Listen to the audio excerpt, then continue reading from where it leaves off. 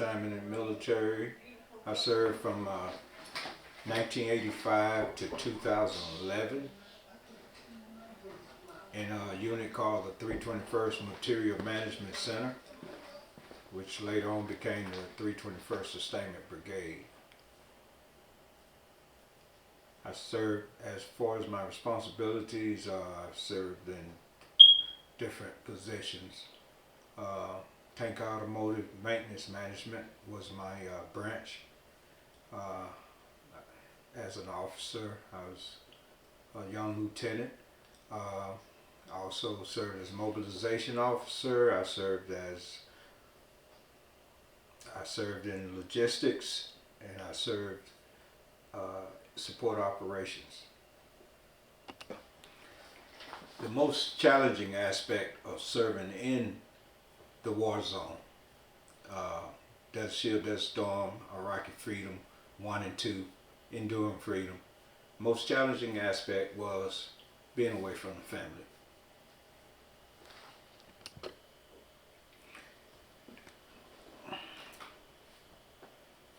I was mentally prepared because the military, my unit, 321st MMC, from 1985 until 1990, when we actually went to war,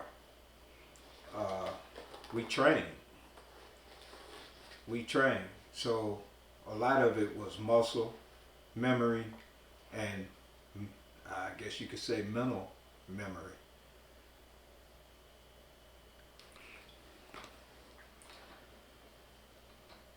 I can't really go into deep detail about some of my particularly memorable moments in military service.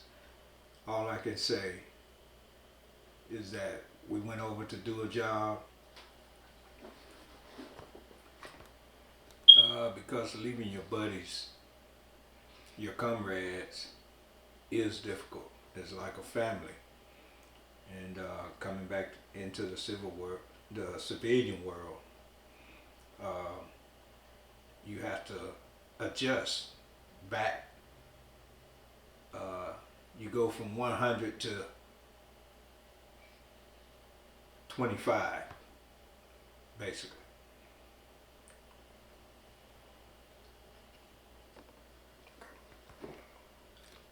All us soldiers that go to the combat zone, when we come back, first of all, before we were there, we were hoo-hoo. When we got there, we were hoo-hoo. And when we came back, we were hoo-hoo. In other words, we pretty much hide the underlying emotions, within yourself. I mean, you act like a soldier when you come back. When you're over there, you're a soldier, and you don't. Soldiers don't believe in going to get help. They don't believe that. They think they got to be hoo-hoo all the time.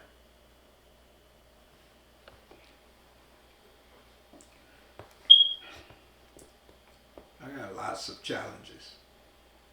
I got a lot of medication for those challenges.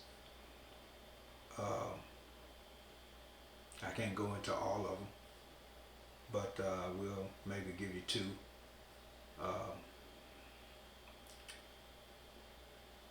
Not getting enough sleep day to day. Other challenges, not being able to be around a group of people all the time.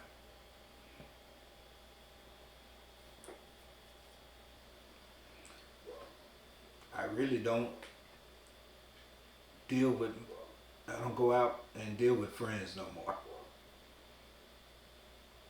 PTSD has affected me that much. I pretty much stay to myself and my family, immediate family. But as far as being out with the boys and the girls, I don't do it. It's not something that I want to do. So I'm kind of an unsociable creature right now. Steps that I've taken to seek treatment for PTSD.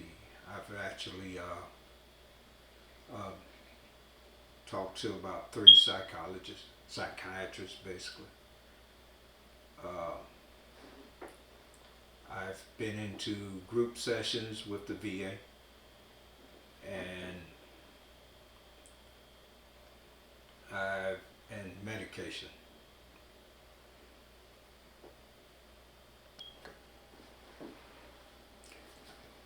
I don't know if any of it is helpful. I guess it is, uh, but I try to do the best I can to keep at a calm level. I try not to. I just try to keep calm. We've already answered that question. Okay, military training actually hinders you adjusting back to civilian life. It doesn't really. Military training can help you as far as jobs and acquiring jobs or skills that you need to adjust to civilian life. But as far as does it help your psyche? I think not.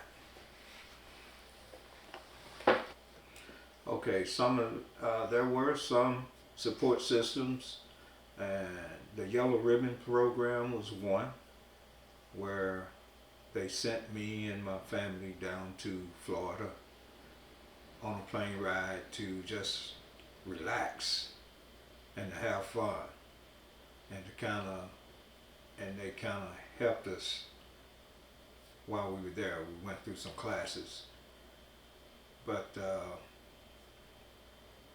I can't think of anything else that the military has done to help me cope with it, except for going to the VA and talking with doctors. Actually, how did I approach the challenge? Coming back from the military into civilian life, I actually tried to pick up where I left off, and it was harder.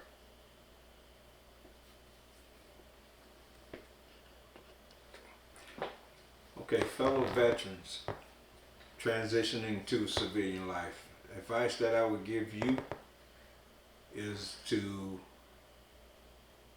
not try to just be hoo after you return. There are things deep down inside of you that you haven't yet pulled out. So my advice is to actually go to the VA and seek help.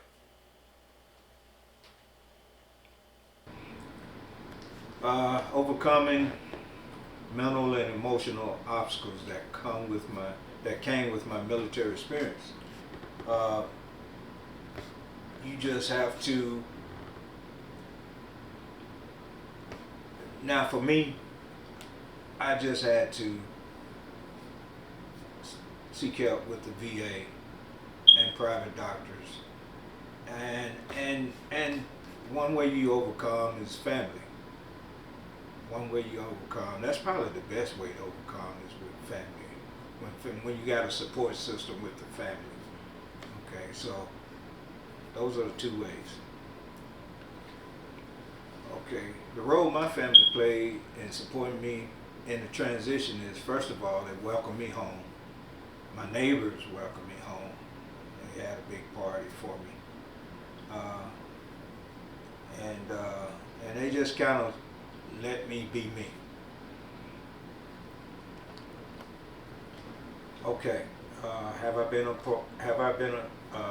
involved in any veteran organizations, and have they played a part in my recovery process? The answer to that question, to those questions, is yes and no. Let me elaborate just a little bit. There are service organizations like the American Legion different organization like that. I didn't join. They tried to get me to join, but I did join my buddies that went over with me, and we came up with a group called the 321st Former Soldier Group. So we meet every year, and it's kind of a reunion, and we talk about war stories and really just about the past, and we talk about how we get help. We kind of educate each other on how to get help. So that's how I cope. Okay, what can the society do better to help soldiers return? Uh, the VA is 1,000% better now than they were, say, 30 years ago. I was in the military for 26 years. The horror stories I heard about the VA, they've got 80% better, but they still can do more. They still can do more. Looking back, I've learned a lot since coming out. I got out in 2011. I didn't know SWAT at that time about the VA and how it could help. Now I know a whole lot, and it's been, here it is, 2024, and that's 12, 13 years later, and I'm just now getting my due. If I known what I knew now back then, my family would have been a lot better off in 2012 financially. My hopes for the future. I think I wasted a lot of time not being educated about the VA process for soldiers. When I came out, I was, 26, 2011, that's 13 years ago, and that's, I was 47 years old. Now I'm 60, going on 61, and I'm looking at the rest of my life. Well, the question was, how do I look at the future going forward? Okay, it is what it is. I'm at a better place. I want to help those that don't have the knowledge, and give all I can to them.